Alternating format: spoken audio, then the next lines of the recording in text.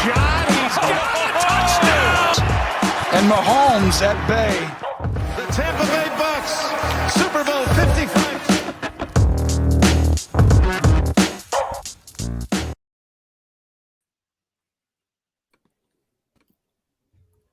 Hello and welcome back to the Bucs Banter Podcast. I am your host, Colin Hallboom, joined by my co-hosts, Bodan Yard and Scott Capron. There are plenty of things for us to discuss as it relates to the Tampa Bay Buccaneers, and that's what we're planning to do tonight.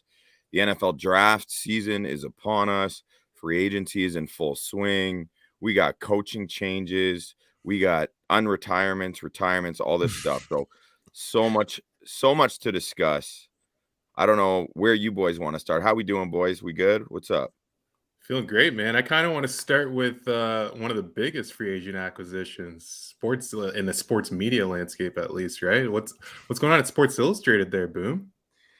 Yeah, no, I'm excited to announce I have officially signed with a team. Bucs Game Day, which is a Sports Illustrated website dedicated to covering the Tampa Bay Buccaneers.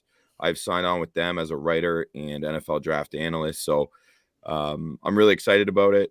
And I'm going to be covering, as obviously, the draft for them and tons of Bucs stuff. I got about 6 articles up there already. So things are moving fast. Bucs Game Day is off to a roaring start. We had over 1.5 million page views in our first month. So yeah. Quick golf clap for you in light of the Masters as well, too, man. That's awesome. It's awesome, man. I mean, I think you were high on their big board, right? They were looking for a team-friendly contract with the guy kind of on the come up. And for the two of you guys to knock out a deal like that is just really good on both sides. So we love to see it. Thank you, gentlemen. I think my draft comparison is Troy Anderson. Out of Montana State. He's a linebacker. He's played like running back, quarterback, but he's found his niche as a linebacker. So I like to think I can wear different hats. So apparently I'm a writer now. Perfect. Love it, man. Congrats, though, officially, and just so awesome. Can't wait to keep. Couldn't be more excited for you, man. Yeah, man, it's awesome. Thanks, boys, and thanks to both of you for talking Bucs with me once a week for the past year. It's been lots of fun, and that's what I want to do more of right now. We haven't been on the airwaves since the big news dropped in terms of Bruce Arians moving to the front office in a somewhat shocking move, really. Arians announced he would be leaving the sidelines effective immediately and joining the Bucs. This happened about a week and a half ago. Joining the Bucs front office as a senior advisor. He doesn't even know what the job entails based on his presser after, which is amazing. And as much as I want to discuss BA's accomplishments on the field, I mean, obviously he led the Bucs to a Super Bowl in his second season here. So he certainly deserves more than a golf clap in terms of what he's done on the field. But I just find myself totally drawn to immediately, really, as soon as he retired, this is where my mind went, was to his legacy in terms of being a champion for diversity in the NFL. And I think it's just so cool who he is and what his legacy is, because not only are there, I believe, no teams in the NFL with 2 black head coordinators or all black coordinators, so special teams, offensive coordinator and defensive coordinator, but they also have a black head coach as well. Mm-hmm. Two women on the staff, 2 women coaches. I mean, this has been something that Bruce Arians hasn't shied away from publicly. He's openly discussed it. He wants to give everyone a fair chance. He doesn't act like he's giving anyone any favors. He's just hiring people who deserve the opportunity, and he just wants to give them a chance. And I just feel really like privileged that he was our coach, and he was the guy who brought this championship Lombardi trophy to the Buccaneers, because he stands for so much more than just a no risk it, no biscuit offensive philosophy. Yeah, I mean, I think that's really well said, and to be that successful a head coach, and for that to be kind of the maybe the second thing on your resume, or however you want to put it, with this being such a champion for diversity, is just phenomenal, and we need more of it. And it's exciting to see. I mean, I think there's also a ton to talk about with regards to how this all went down and the timing of Brady and Arians, and it's something I've actually been kind of saving talking to you guys about, because I don't know about you guys. It's been pretty split from what I've seen, just reading things and on Twitter and from reporters and everything about what actually went down. But just to echo Colin's points about simply the path that he's blazing has been remarkable, and it's just awesome. And it's nice to, I don't want to say be a part of it, but to get to talk about it. It's really cool. Yeah, it's nuts. It's awesome. You can't let a guy like Bruce Arians just walk out of your building. So it's nice to see that he's going to still be around, even if he doesn't know what he's going to be doing. His presence is kind of like a guiding light for this franchise. So it's going to be interesting to see what happens with that. How they if he's going to be really in the war room even more so. I don't know. I'm interested to see how it plays out, what his role is with the team, and how his legacy continues to be built on that. So speaking about the timing of all this, I feel like I read an article that said that Brady was somewhat aware that this was going to be going down. Yeah. I think he was more than somewhat aware. If I'm throwing my 2 cents out there, and by so we know where Scott's somewhat aware, I think that he was the one behind it. Really? Yeah, I really do. Colin? Yeah, what do you think, Colin? I haven't seen anything about this, obviously. So I gotta say, I know it's a big thing. I know it's kind of a big call out. It is, and you're totally right. A lot, the media and the people who have chimed in on this seem to be pretty split in terms of some of them are just oh, come on, this isn't even reading tea leaves. It's just obvious. Exactly. Brady comes back out of nowhere. And then Bruce announces he's moving to the front office. And first of all, let me just state this. If this did happen, if it was ultimately something Tom said, listen, I don't want to play for Bruce, I'll come back, but you got to make a move, right? Which is the implication here, or what's being implied. Mm-hmm. Then good on Jason Light for doing it, because that's the most important person in your franchise's history. It's a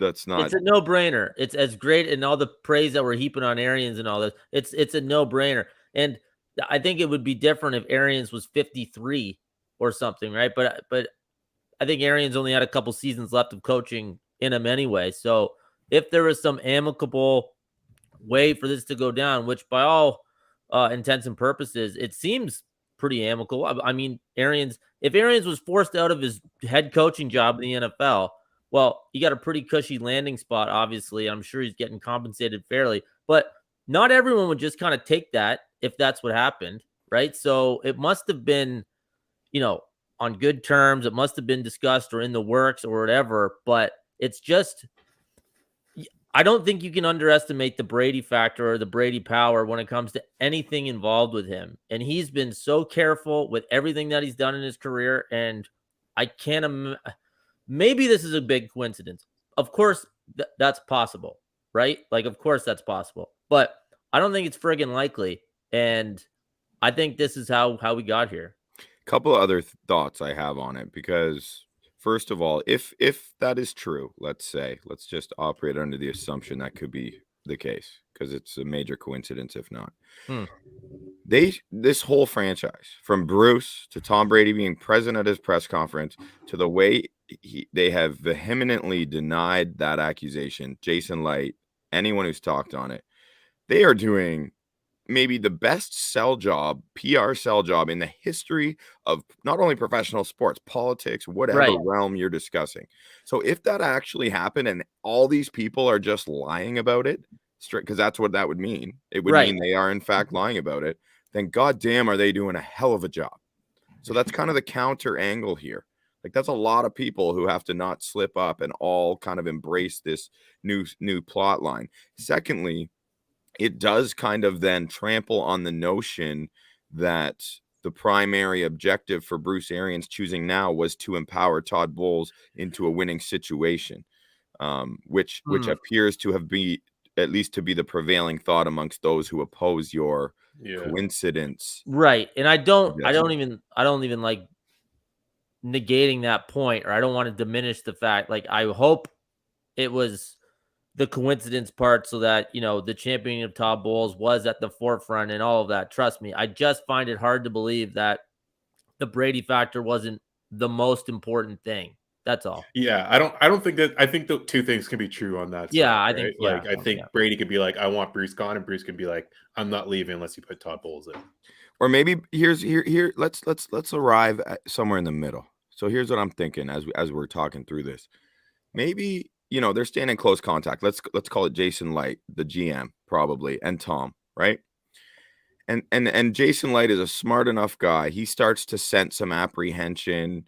He's presented a desire to play still. He's at least dropped those hints to Jason, but humming and hawing about the current hierarchy or with Bruce Arians as his coach. Not saying he won't or he will, but just kind of being very like, this is how I feel, like dropping major hints. And then maybe Jason Light is smart enough to be like, you know what? I think I can kind of see what's going on here. And I think I know what might push Tom Brady over the edge. And I think that would be if we tell him Bruce wants to step down. So they haven't actually discussed it, but it's more of like Jason Light reading the room and being like, all right, screw this. I'm not playing this game. I'm going to make a move. I'm going to talk to Bruce. Would he be open to this? Todd Bowles, they're all on board. And then he presents it to Brady, and Brady's like, let's fucking go. Yeah, Quite I could see possible. that. Possible. I mean, and that would be kind of a best of all worlds situation, right? And maybe that's what happened. And maybe that scenario that you just laid out, Boom, is what's allowed this, PR run to go so smoothly, or however you want to put it, right? Because there wasn't an official like ousting or anything like that. Everyone was just kind of on the same page enough, and everyone landed in good enough spots that, kind of portraying it as we're all kumbaya, we're ready to roll for the next season, no hard feelings, and Bruce gets essentially exactly what he wants out of everything. Maybe that's it, right? And like, hey, if we want to land on that and just be like positive and there's no issues and whatever, then hey, awesome. Like that would be ideal, right? Yeah. Like, so, yeah, or it's just like the truth and Right. Yeah. we're just reading too much into it, which is whatever. But I will say you certainly have legs to stand on with that theory. And I think many people do. We won't know until a tell-all book or Exactly. Tom Brady finds a way to monetize this through his Brady brand or something like that. One other thing, like the press conference was amazing. I don't know if you guys caught it, but Yeah.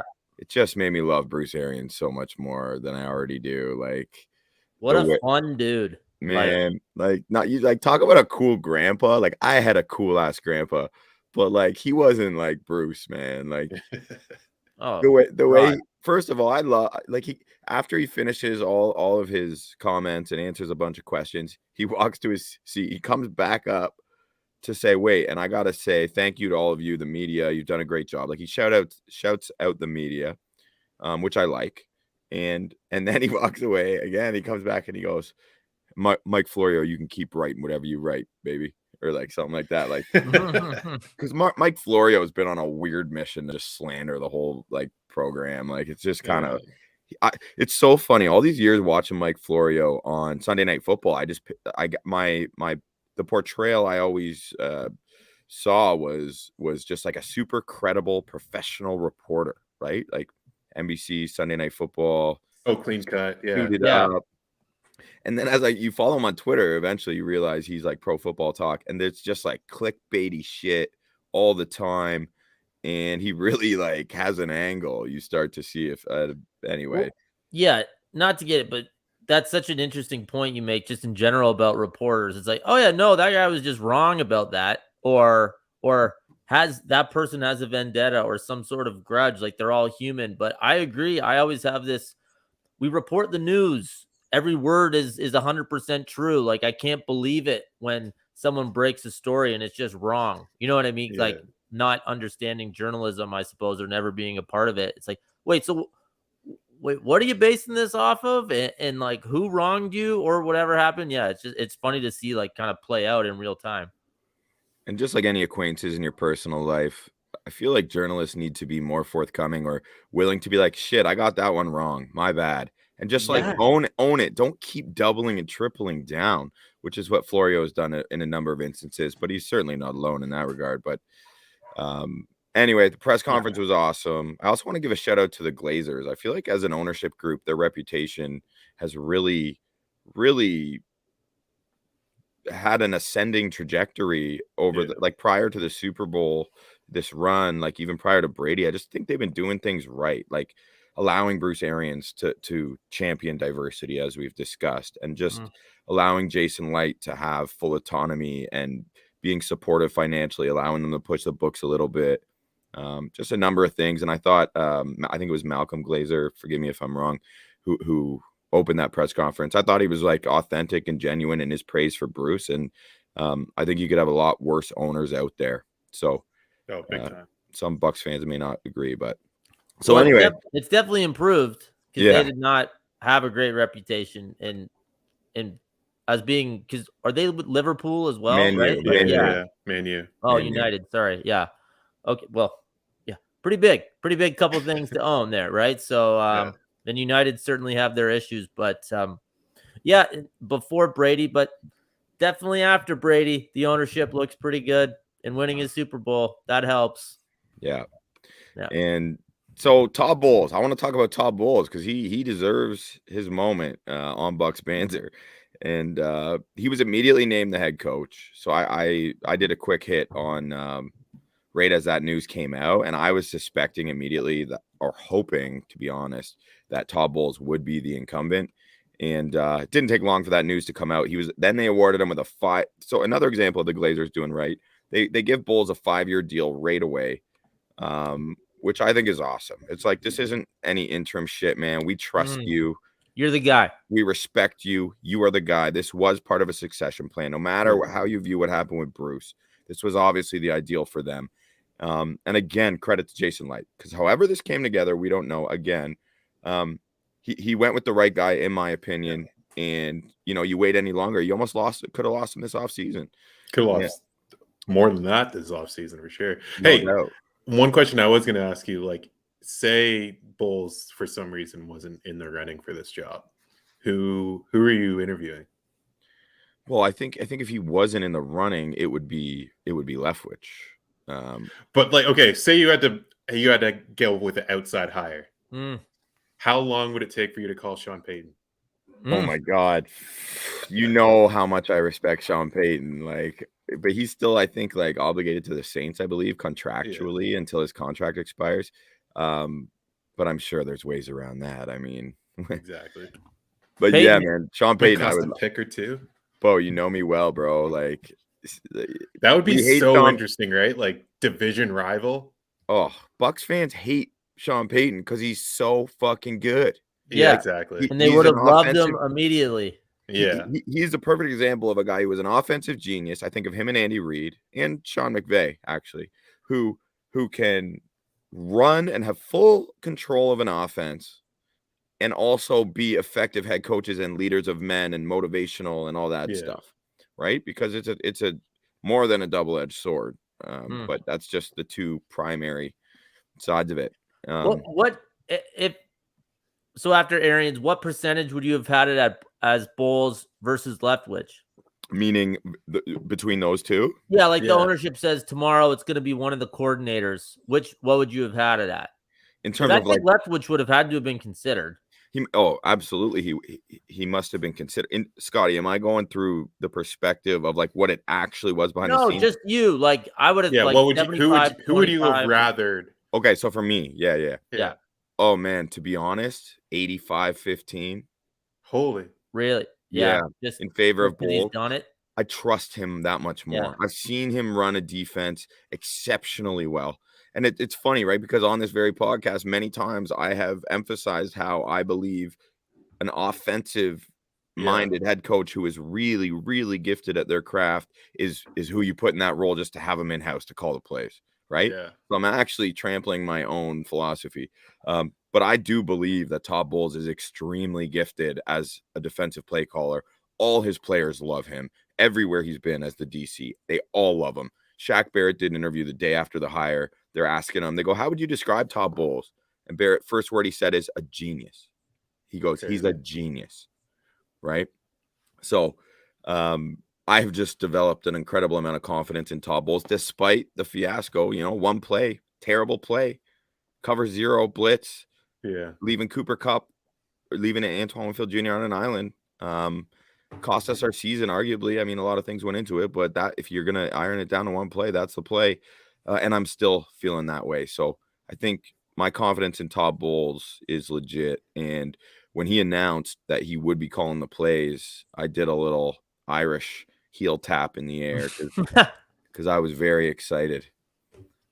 So, yeah, that's definitely not like when we're talking about basically every other team, like between the three of us, whenever we're in a little group chat, I feel like every time somebody hires a defensive coordinator as their head coach, we're like, what are you doing? yeah, Like, that's just not where that league is where this league is going, right? But yeah, This is different. I don't know. This is gonna be interesting, right? Because I think we also, on the other flip end of this, I guess, to look at like the contrarian side of this hire and the contrarian side of like the outlook of the Bucs is, how does the offensive play calling improve? Like, how are we still going to go run pass with Leftwich back there, and or like was that what Brady was mad about with Arians, that he wasn't risking it enough? Like, I don't know. I think it's fine. I think Arians can chime in with any philosophical stuff, but I don't think they need him like offensively anymore either. I think it's ultimately dual coordinators, and it's Tom Brady and Byron Leftwich. And I think so too. Yeah, Arians didn't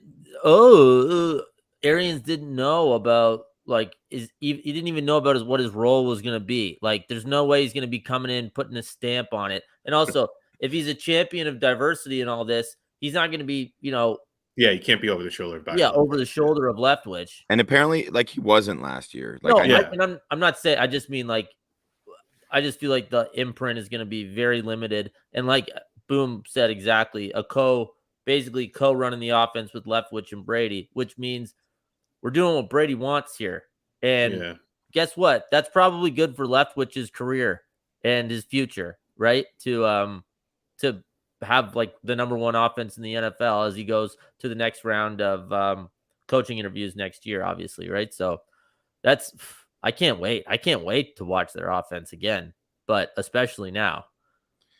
Man, maybe I wouldn't be writing for a Sports Illustrated Buccaneers website if Tom Brady hadn't come back. Like, it's like that much coverage is required. That much big news occurs when he's in the building, especially in the off season. The draft is more exciting. Like, the Buccaneers went from going the wrong direction to all of a sudden being immediate, legitimate contenders again. It is unbelievable for any Buccaneers fan. So fantastic. Yeah, they went from, all right, let's have a plucky playoff-ish team and figure out the quarterback situation next year, to, all right, run it back. We're awesome again. But, just try to win our second Super Bowl in 3 years. Why the hell not? And in terms of your question, which was a very good one, about Bowles versus Leftwich, a lot of people disagree with me. Like, a lot of people were acting disappointed or saying, oh, Leftwich is getting overlooked. They hired the wrong guy. Leftwich has more to prove to me, like, with the reins more in his hands. And I'm happy with Leftwich, but let me just, like, maybe it's easier to nitpick as well on the offensive side, but I have a lot more like hesitancy to give my vote of confidence for our play calling all the time on that side of the ball than I do on defense. So I want to see more from Byron. He's done a great job, but I want to see more. Here we go. We got a nice comment here on YouTube. Brennan McKenzie, shout out the Diesler. Dungy, Gruden, Bruce, can Todd make the list? And I assume Brennan's referring to storied Buccaneers head coaches. All-time Bucs coaches. All-time Bucs coaches. I mean, BMAC, you missed Greg Keanu, obviously. Oh, Greg, I don't know if that's coming in the next message here, but yeah. Yeah, so the answer to Brennan watching on YouTube is sure he can. I mean, if the Buccaneers repeat, then hell yeah. Or even if they make it to, the NFC Championship game, that's a great start. But, we're on our last legs of the Tom Brady thing, and I'm not looking beyond. Like, I got to assume it's the last year. The other point, can I make a point about the guys who are hating on Bowles over Leftwich? Talking about his Jets record, it's the Jets. You know what I Yeah. mean? Like, it can only really count for so much. Let me pull up his quarterbacks. Yeah, exactly. And Yeah. that's basically all you need to know. Wasn't there? I mean, I don't think they were terrible Here they are. locker rooms Here they and are. certainly not bad defenses. Like, Here they are. I have to interrupt. Here are the quarterbacks Todd Bowles had in New York, which I believe had a pretty good defense at that time. usually, Ryan Fitzpatrick, Geno Smith, Bryce Petty, Josh McCown, and Sam Darnold. Yeah, that's rough.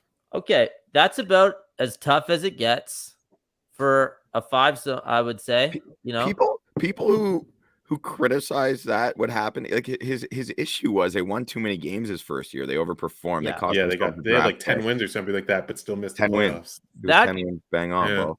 that group Yeah, of yeah. 5 might be worse than OKC's starting 5 the other night against the Blazers, which was really something, In either including my sport. man Xavier Simpson, but that's for another day. But wow, forgot that Bryce Petty started some games. Yeah, Good that's Lord. really rough. That's a tough scene, man. So Yeah. I was always kind of whatever. Bulls, defensive guy, boring. Jets, boring. They sucked because they obviously didn't have an offense. So what? But he has, I mean, you read about him, and obviously, firsthand from our Bucs fan over here is like people love him, man. So Yeah. if he was the guy, then he's the guy, and awesome. Let's roll. Speaking of rolling, let's roll along here with our episode. We've done a good job here summarizing, the coaching change that's transpired, votes of confidence both ways. The Buccaneers had another signing this afternoon. They signed Keanu Neal, and that's a player Bucs fans should be very, very familiar with. Not only was he drafted 17th overall in 2016 by division rival Atlanta Falcons, but he was also a 3-year player at the University of Florida. Hell of a player early in his career for the Falcons. That's another reason Bucs know him well. Hard hitting, strong safety, balls to the wall every down, that type of player. And I'm just summarizing for anyone who's maybe not familiar. He tore his Achilles in 2018, unfortunately, so he missed most of 2 seasons as a result of that. And although it kind of felt like he fizzled out after that injury. Like I feel like he wasn't heard from much since. He did come back and have 100 total tackles in 2020, which was his last year as an Atlanta Falcon. And then this past year, he was in Dallas. So he followed Dan Quinn, his former head coach and defensive coordinator in Atlanta, over to Dallas. They moved him to linebacker.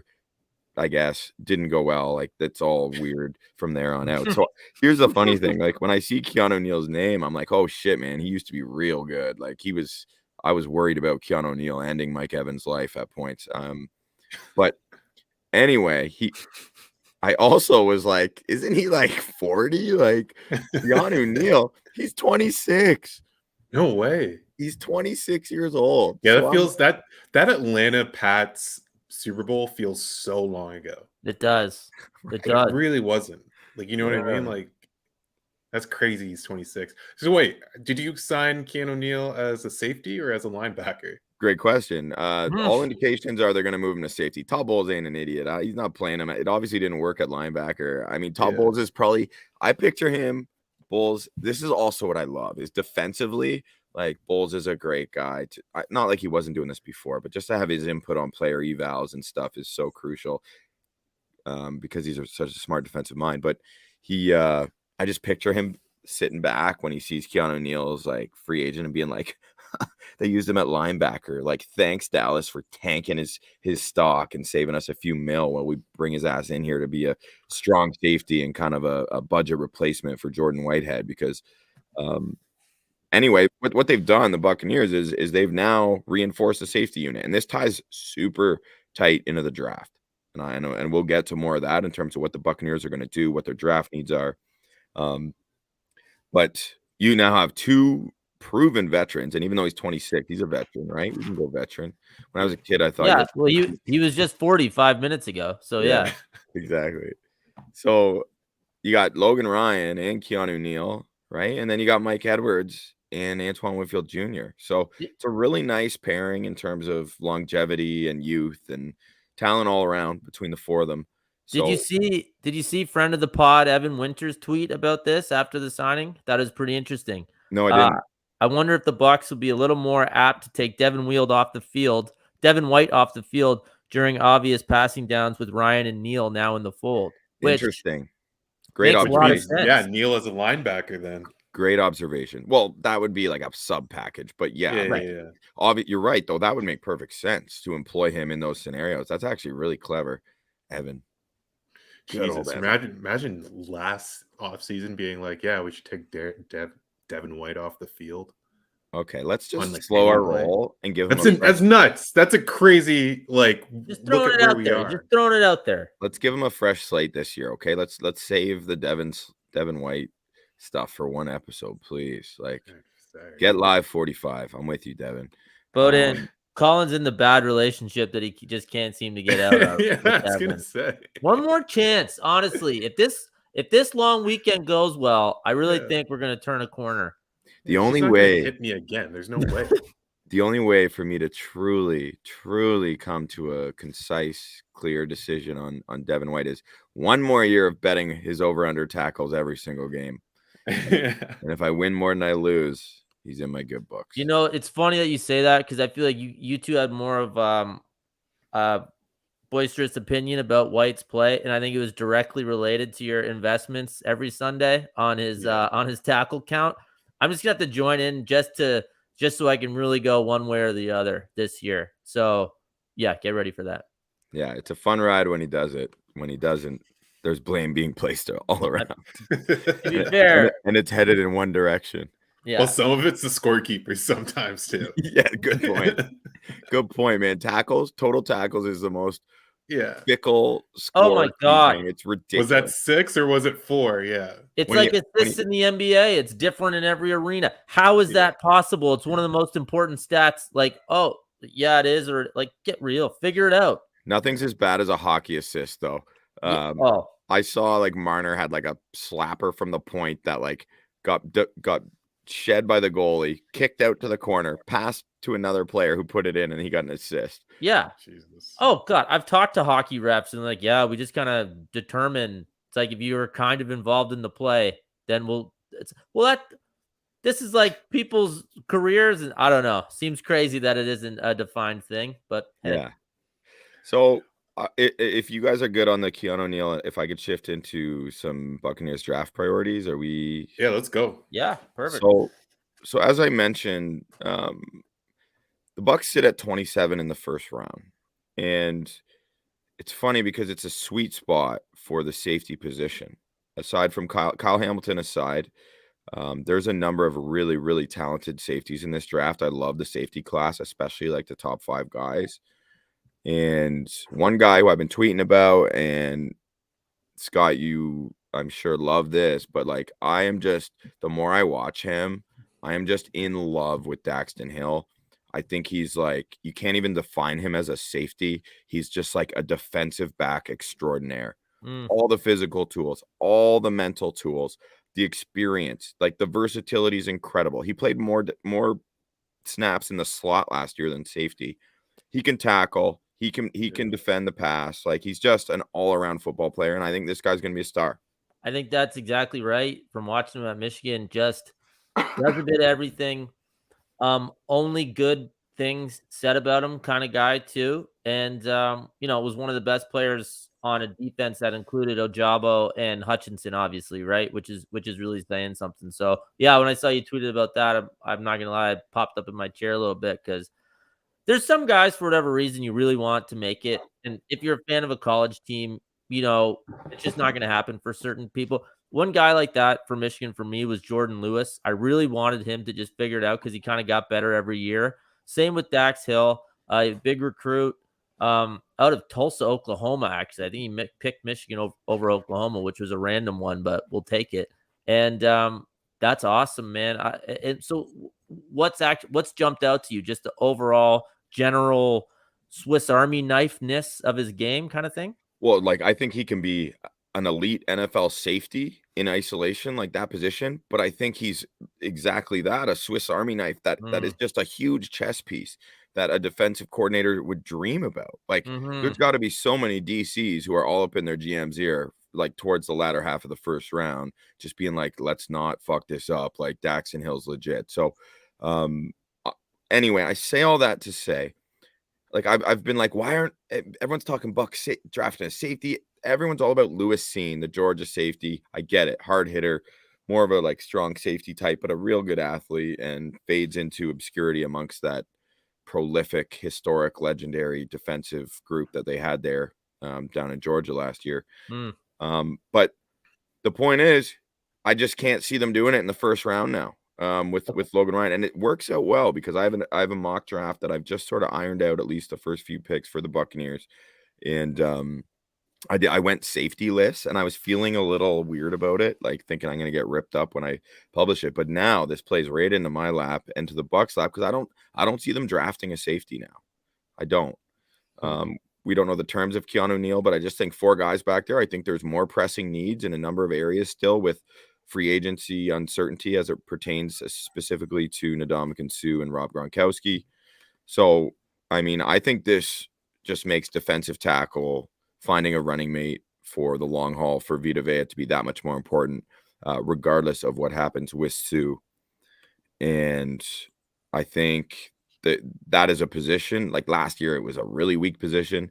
This year, you got some really good guys, a couple good guys at the top, but again, it's pretty shallow. Yeah. So feels highly unlikely that they would go with one in the first round. Safety. Yeah. Yeah. Safety. Quick, just odds check here.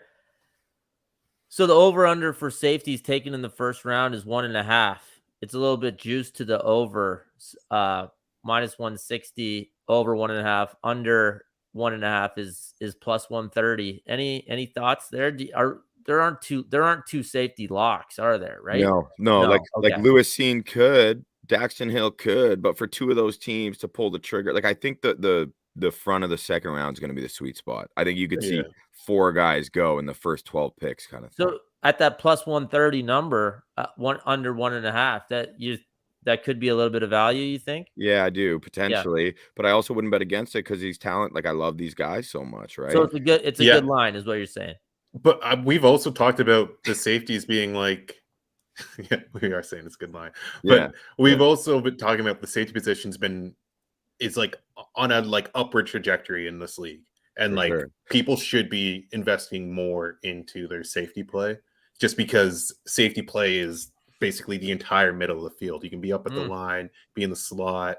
Like there's so many places a safety can play that like aids it, like helps the defense out. So I don't know. Like I've looked at that exact same prop and I was just like, I could see a few more coordinators being like, let's get like, I know this guy is going to be good. Like when Derwin James dropped in the draft, everyone was like, well, he's going to be good, but we can't draft his safety that high. It's like, I don't think people make that mistake anymore. You know what? I just, when I was, my initial reaction to that, somehow, like, it's like Kyle Hamilton wasn't in my mind. Like, you got Kyle Hamilton going in the top 15 picks, 100%. So you're ultimately betting on, is another safety going to go between 20 and 32? I actually like the odds of someone being smart enough to draft a Daxton Hill, a Lewis Cine, or even maybe a Jaquan Brisker out of Penn State.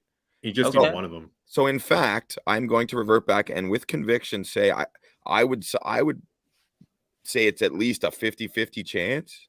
And if it's juiced to like that way, then I would take the over. I would take someone being smart enough to take Daxton Hill's my guy. He's now my guy. I'm putting my flag down for you, Scotty. Yeah, love it. I absolutely love it. No, I'm just I thought that was interesting. An interesting number. Anyway, just because literally what we're talking about the importance and the perceived importance of that specific position, right? So that'll be a cool little kind of case study for what goes on in this first round in terms of both team building but betting as well. For sure. And just to like quickly, like I wrote an article for Bucs Game Day this week. Make sure you check that website out, si.com/Buccaneers or bucsgameday.com. Take you to the same place. But the top priorities in the draft, I had safety as one on there because I thought that was important. I'm taking that off, at least for this draft.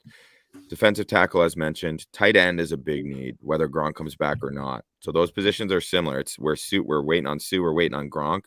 Both those positions, I believe, need reinforcements regardless of whether those players return. And I think adding a cornerback is also important. And then two. Are you talking overall draft or just first round? Sorry, I'm talking. Well, yeah, we don't have 5 picks in the first round. So. Yeah. Oh, okay, sorry. You mean like would I draft? I think for some of these positions, they're in play at the first round, but I'm more talking the whole draft, Bo, who Okay. are positional, who I think the Buccaneers, the positions the Bucs will look to acquire. D tackle, tight end, a corner, an offensive guard, and an edge rusher is where I've settled. What about a wide receiver?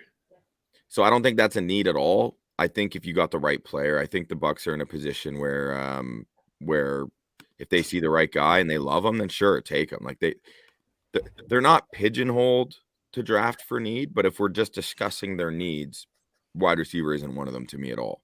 No, okay. That's where I stand on that. So, like, I guess my thing, like, I think we got into it a little bit on Twitter, but if you get a defensive tackle that you love in the first round, why don't you you'd still want Sue to be back, or you would still prefer for Sue to be back so that guy sits on the bench for a year? No, not sit on the bench, man. Like the thing with defensive tackles is they're not all of them. They're not always on the field every down, especially with Vita Totally. Vea, right? Like 350 plus pounds. Like Vita Vea is like a 2-down guy, and he's going to be better if you can give him those blows that he needs. So it's all you're doing. Like it's like a synergistic, like a collection of pass rush force that you're trying to assemble, like the Avengers. Vita's the Hulk, obviously. Of course, well, duh. Yeah. Hopefully Joe Tryon turns into Captain America, but we're not talking about the edge. We're talking about the interior. You went past the Hulk. That was about it for me from a superhero, like knowing what the hell it is. So I'm just gonna have to bow out if you're gonna make any more comparisons. I want to say there's like some sort of Superman is one of them. A Superman, perhaps. He flies around. Also is a reporter. Anyway. Spelled SUHPR. There he is. All right, I'm back on. I'm back in. I'm back all the way in. But yeah, the Hawaiian Hulk and Superman.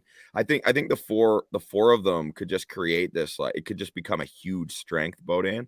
And if Sue comes back, it's on a 1-year deal. So like even just his leadership and teaching how he could help that player. Let's say it's a Devontae Wyatt or a Travis Jones, who's the defensive tackle out of Connecticut, who we've talked about previously. I think those are the only two guys in play in the first round, and that includes Jordan Davis. I think Jordan Davis is just, who of course is like arguably the most athletic human being in the history of the world. Speaking of Marvel comics, like, but he's just not. It's just too redundant with Sue, right? We happen to have one of the other uber athletic, strongest men in the world in Vita Vea, who's just right in his prime right now. So that's just too much of a run stuffer. Lack of endurance. We need a bit of a pass rush coming from whatever defensive tackle 3 technique's going to play beside him. Devontae Wyatt's perfect, absolutely perfect. He's perfect, but he won't be there. The truth of the matter is they're already pretty good, and any sort of impact you get from a rookie is a bonus, similar to the Tryon Shoyinka last year, right? Like that's the luxury of actually being a good football team or being a ready-made contender already before the draft. They can just take guys that they actually like and who they think they can help in various ways, because I don't want to say they don't need anything, but they're pretty effing good right now, right? Yeah. Like if the season started tomorrow. So as you know what I don't know. Do you know what I mean? For sure. Totally. Scotty, it's not to the extent of last year though, where they returned literally every starter. Literally the whole team from that won the Super Bowl. Yeah. But you know what we're talking about, what they've done with the safety group is a perfect example of cheap guys who can play, like starters. Like Neal's a starter, man. Logan Ryan is still a starting caliber player. Mike Edwards is a starter caliber. They got 4 starting safeties, which is such great coverage because there's a little more volatility amongst the cornerback group outside of Carlton Davis. Jamel Dean's issue is staying healthy. He's fantastic. PFF, like one of the top graded corners when he's in there. He gets banged up a little bit. I've been high on Jamel Dean for a while. But I don't want to like overdo it because I don't want to place unfair expectations on him to myself. Sean Murphy-Bunting, the Buccaneers seem to have a lot more confidence in than I do personally. I found him to be very volatile. Like he makes the splashy plays in big moments, which I love. He's got great ball skills. Like maybe could have been a receiver, but as a DB, he gets torched all the time. He always fucks up like his assignments.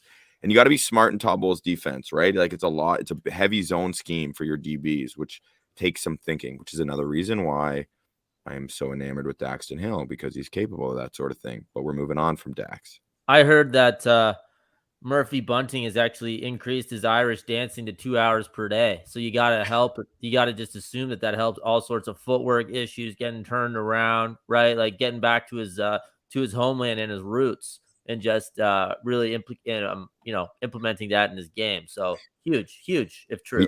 Are you reporting his homeland is really Ireland? I'm saying there are reports that he's from Cork. He's from Cork, Ireland. Yeah, one of the first to come out of there. Not a lot of people know that. Cork, Michigan, maybe. Nobody look it up. You don't have to look it up. I can just confirm right now. So just that's where he's from. But yeah, like so, sorry. No, it's fine. But yeah, moving on. So like, sorry, I should also mention there's a couple visits that the Bucs are having, which you can't read too much into. Like every team I think gets 30 visits with players, but it does tell you like who they're at least scoping out. In Treylon Burks, so Bo, you asked about the wide receiver position. Like they're bringing in Treylon Burks, that's cool. I like that. Yeah. Again, another piece I wrote for SI is that Treylon Burks. Obviously, that means the Bucs at least think there's a chance he slips. They see the potential for that to happen. That's a kind of guy who's so dynamic that if he's there at 27, like Scott's saying, at least the Bucs are in a position where they could throw their positional need completely out the window and say, fuck it. Treylon Burks with Chris Godwin and Russell Gage and Mike Evans, like, yes, please. Like, we'll just make a strength stronger. It's so hard to turn down. Just like, oh no, talent. This receiver. Oh no, wait, no, this guy is gonna be like, I would be so bad at that. I would take every receiver all the time. Yeah, I know. Like, it's so hard. It's so hard to not become infatuated with like wide receivers. Yeah, here's how long I took to make the Jamar Chase over Penei Sewell decision. Okay, yes, I will take Jamar Chase. Like, you know what I mean? It's nuts. But they also go the opposite way as well. Oh no, I know. I'm just saying, when I eventually land, a front office job, then it's gonna be a really awesome 3-year run for wide receivers. Yeah. And no, he's not gonna have a running back. They're gonna turn to 7-on-7 by that point. I hope Scott would just have receivers back there. No running backs. I would not take Breece Hall. Let me tell you. They also brought in Roger McCreary, who's a guy who early on in the pre-draft process was kind of viewed as like potentially like a top 5 corner, number 1. Underwhelming physical profile. Like, excuse me, he's short. He's got insanely short arms. Doesn't fit a Bucs. Sounds great. Like, just doesn't fit the Bucs profile at all. Bucs like tall, rangy corners. Roger McCreary? Yeah, at Auburn. He sounds like a detective on NYPD Blue. Oh, I thought you were gonna go with the Ireland thing again. Nope. Switching it up to old shows that aren't on anymore. Yeah. Really just the whole bag's coming out. But seriously though, short arms, that's a tough combo. Literally both. Both. But anyway, I mean, that's where we're at. There's a bunch of names I think are in play at 27. I'll rip through those, and then we can talk. If you guys have anything you want to chat about the draft or questions, we can just run with it.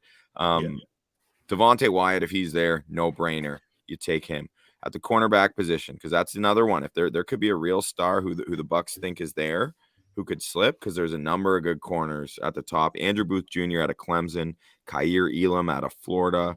2 interesting names worth consideration at that 27th spot.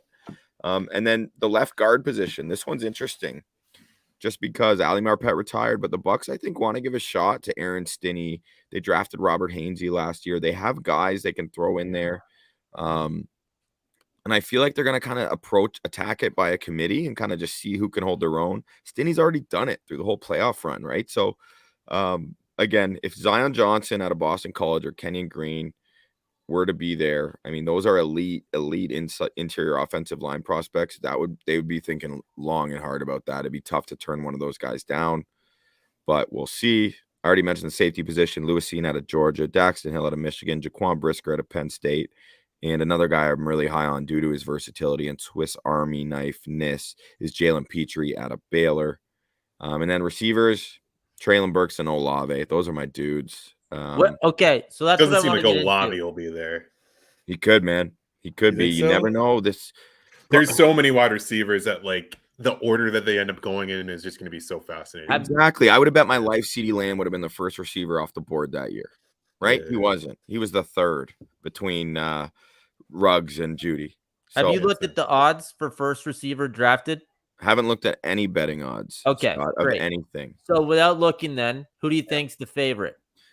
First receiver taken? Yeah. Garrett Wilson. It's got to be Garrett Wilson. Okay, it's basically a co-favorite situation though. Drake so London?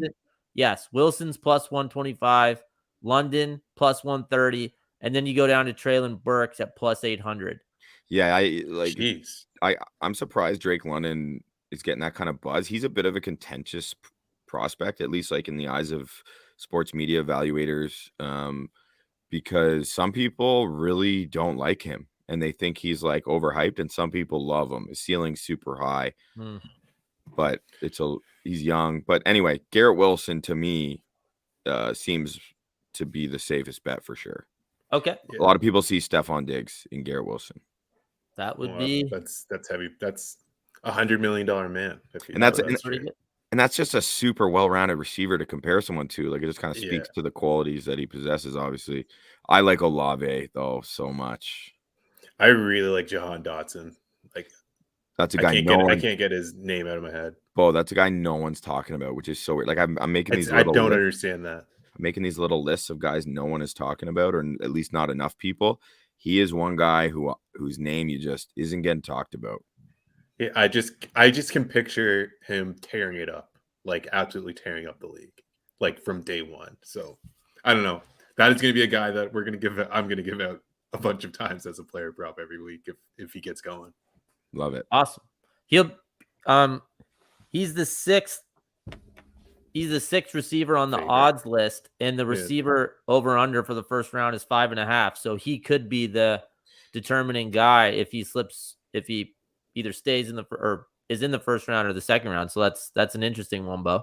Give me I the can under. totally see him slipping into the second, but like I think there's good receivers in the second round every year, like at the top end of the second round.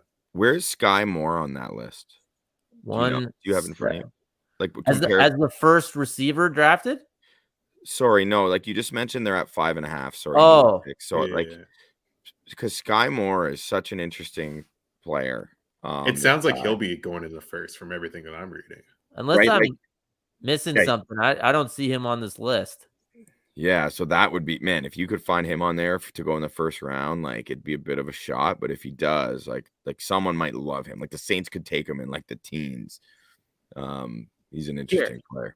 Quickly, this is the top 9. Garrett Wilson, Drake London, Traylon Burks, Jameson Williams, Chris Olave, Jahan Dotson, Christian Watson, Tyquan Thornton, and Ty Freifogel. Sure. What? Yeah. Those are the odds. That's the odds on Bet365 right now. No. And I guess they have some random names there. Like Tyquan Thornton's like not. There's no way. Yeah. There's a lot of names here, and there's no way they're gonna go. Like Wan'Dale Robinson is at plus 12,000. Yeah. Like this guy might go in the third or fourth, right? Like Kentucky, I don't know. right? Kentucky, Wan'Dale. I think so. I can't even remember, honestly. Okay, Boom. I want to ask you about the first offensive lineman taken. Who do you think's a favorite?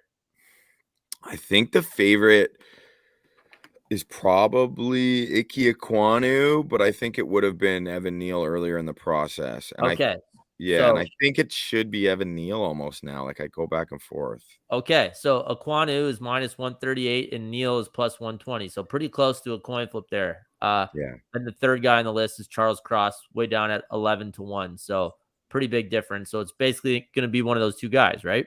And it's going to be a tough one to predict. Like I go back to the worst Andrew Thomas year. Like, and who do you prefer? Between Ekwonu and Neal, I'm honestly as close to split as possible. Last time we talked, I was all Ike Ekwonu for the ceiling. Yeah. But the more I've kind of looked at it, I just think there's a certain safety involved like Ekwonu is a monster against the run, like just a savage, like like an elephant stampeding down the field. Like, it's just scary. Whereas Evan Neal is more of this like polished technician who somehow carries 350 pounds, like, but looks like The Rock, like physically. And he's also more of a technician coming out of the Saban program. So I'm starting to almost flop a little bit and lean more Neal, but I feel like you can't go wrong either way. You got a ceiling and you got a floor. Which one do you want to gamble on? Well, keep your eye on those odds then, man, because you might be able to find something you like between those two if they keep flipping and you get the price you want on one of them, right? So, Bo, I just have one more draft question for Boom. Yeah, go for it. I got some after you too. No, if you want, do you have one? Just fire away. Well, the one thing I was looking at is the top 10 picks. Speaking of a guy who had a pretty nice pro day today, Derek Stingley Jr., what do you think they've got him at for a top 10 pick here, Boom? I think it's got to be really good plus money. Like, maybe they figured something out from the pro day because it's only at plus 125. Wow. So you're that absolute. I would have loved to have known what that was this morning. Yeah, me too. But yeah, I mean, Stingley is Stingley. Like, people love him, man. Yeah, I saw your tweet, like the stopwatch thing. I was just like, this doesn't seem right. Well, there's just a number, like, so a bunch of like scouts, because it's a pro day, right? So it's less official. They don't have the like house number. The house number belongs to the school the kid plays for.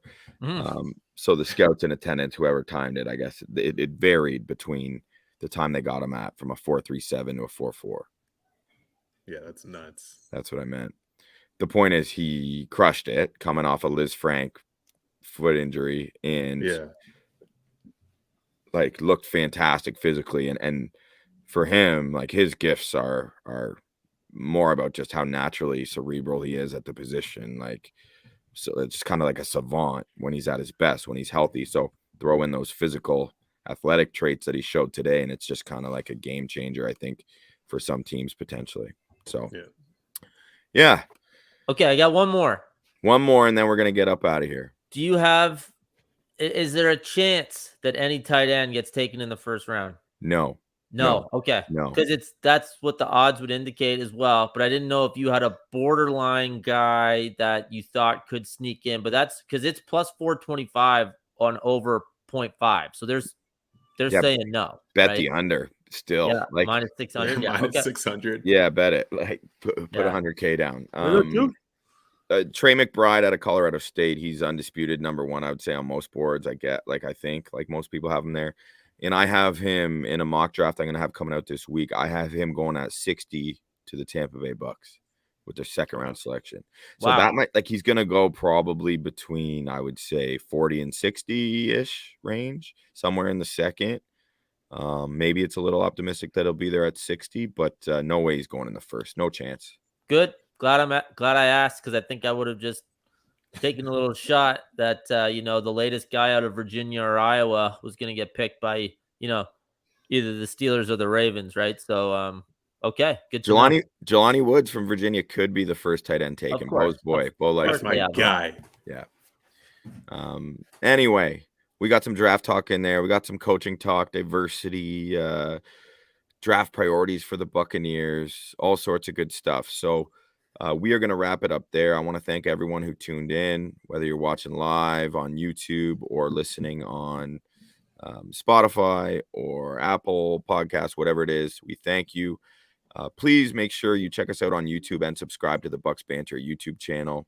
That is greatly appreciated. And make sure you check out my work at Bucs Game Day, the Sports Illustrated website dedicated to covering the Tampa Bay Buccaneers, where I will be focusing not only on the team and breaking news, but also the NFL draft. So it is draft month. Can't wait to talk more about it. We'll have some guests coming up in the weeks to come. Thank you both. Thank you, Scott. Thank you for listening. God bless. Go Bucs.